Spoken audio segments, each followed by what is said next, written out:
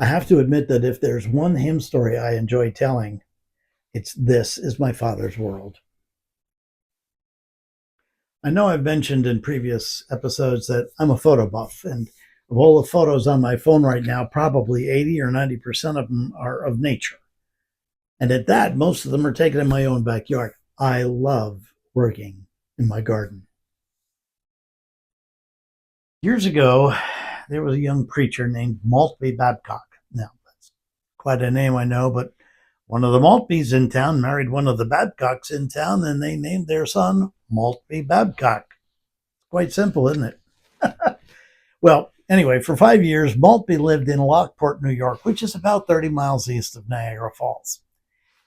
Being a fit and athletic young man, he often went for walks along what is called 18 Mile Creek. Now, let me interrupt myself for just one moment. In the Midwest, there is a very large arch or a ridge line of cliffs that starts in Wisconsin, south of Green Bay, goes around Michigan and comes down through Canada to Niagara Falls.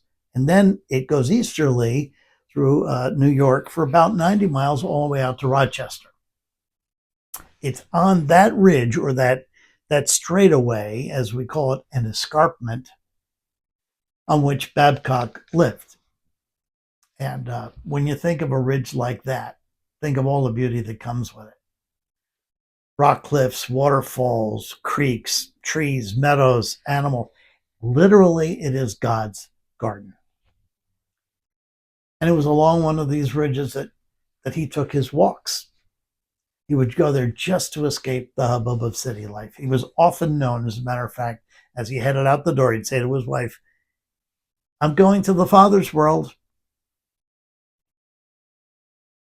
Well, it was there, surrounded by the beauty of the Niagara Escarpment, that he wrote the words, "This is my Father's world. And to my listening ears, all nature sings. And round me rings the music of the spheres."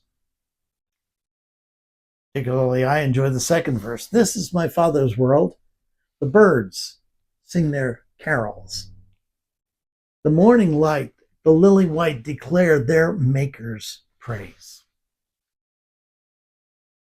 Have you ever just sat in nature, the woods, the shore, a mountaintop, maybe your home garden, took in how beautiful it is? I love to watch the birds and the butterflies in my backyard. In springtime, we watch the lightning bugs blinking in my yard.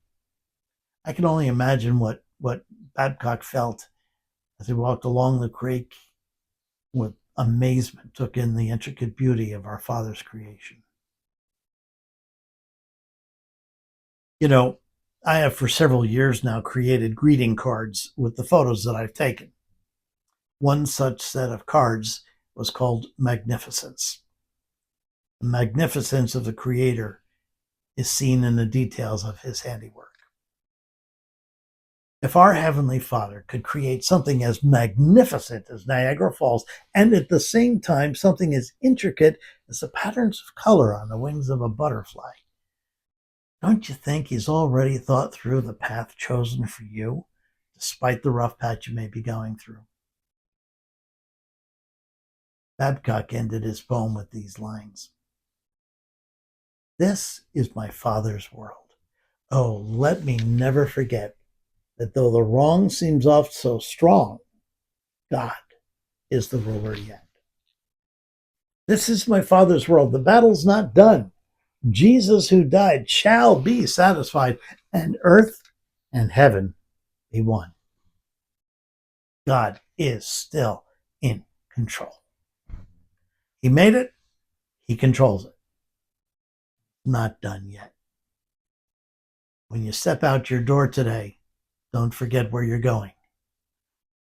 To your Father's world."